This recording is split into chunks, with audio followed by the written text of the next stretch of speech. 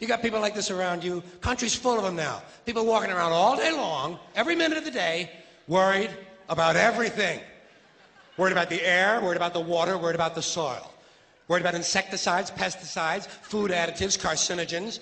Worried about radon gas, worried about asbestos.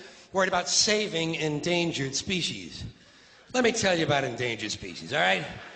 Saving endangered species is just one more arrogant attempt by humans to control nature. It's arrogant meddling. It's what got us in trouble in the first place. Doesn't anybody understand that? Interfering with nature.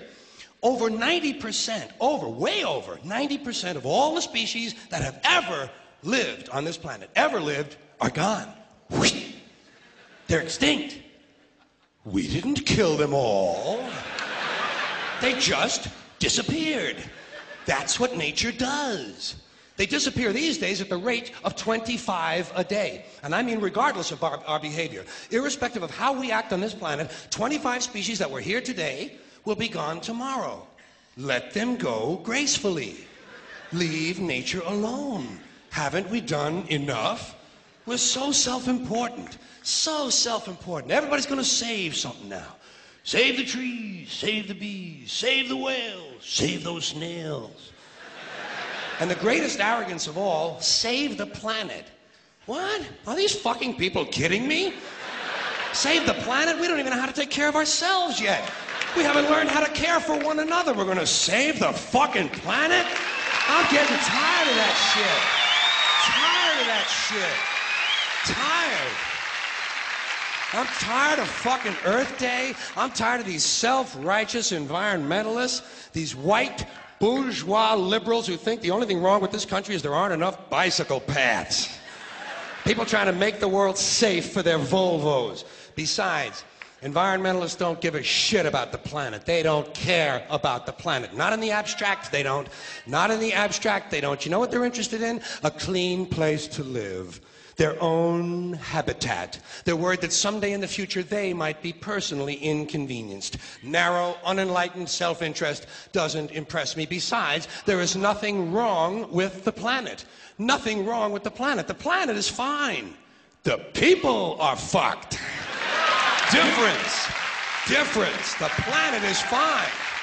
Compared to the people, the planet is doing great. Been here 4.5 billion years. Did you ever think about the arithmetic? Planet has been here 4.5 billion years. We've been here, what, 100,000? Maybe 200,000? And we've only been engaged in heavy industry for a little over 200 years. 200 years versus 4.5 billion. And we have the conceit to think that somehow we're a threat?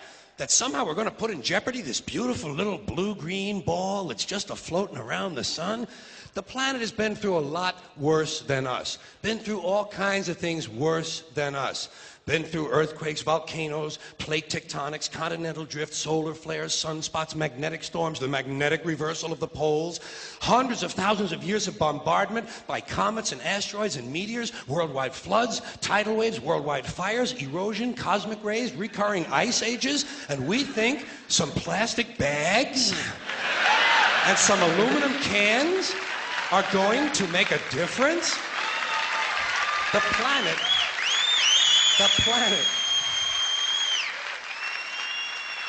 planet isn't going anywhere. We are. We're going away. Pack your shit, folks. We're going away. And we won't leave much of a trace either. Thank God for that. Maybe a little styrofoam. Maybe. Little styrofoam. Planet will be here and we'll be long gone. Just another failed mutation. Just another closed-end biological mistake. An evolutionary cul-de-sac. The planet will shake us off like a bad case of fleas. A surface nuisance. You want to know how the planet's doing? Ask those people at Pompeii who are frozen into position from volcanic ash how the planet's doing. Want to know if the planet's all right? Ask those people in Mexico City or Armenia or 100 other places buried under thousands of tons of earthquake rubble if they feel like a threat to the planet this week. How about those people in Kilauea, Hawaii who build their homes right next to an active volcano and then wonder why they have lava in the living room?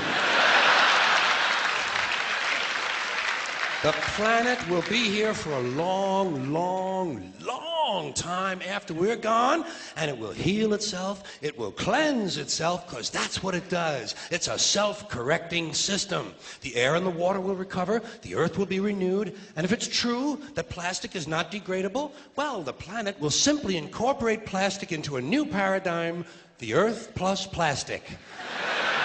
The earth doesn't share our prejudice towards plastic. Plastic came out of the earth. The earth probably sees plastic as just another one of its children. Could be the only reason the earth allowed us to be spawned from it in the first place. It wanted plastic for itself. Didn't know how to make it. Needed us. Could be the answer to our age-old philosophical question, why are we here? Plastic. Assholes.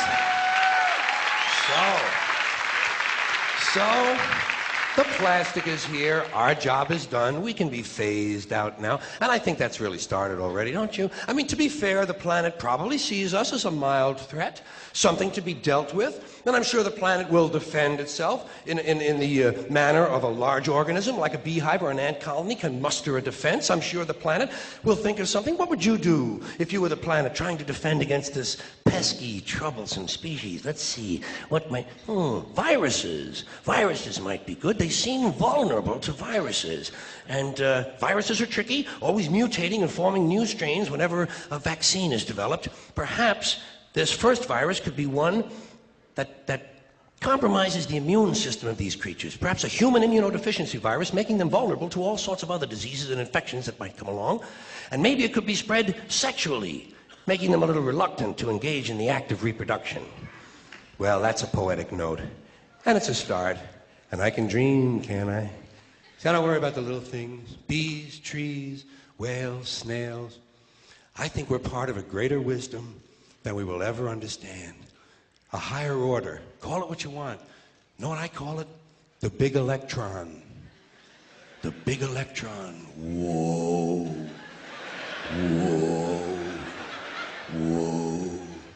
It doesn't punish. It doesn't reward. It doesn't judge at all. It just is. And so are we. For a little while. Thanks for being here with me for a little while tonight. Thank you. Thank you very much.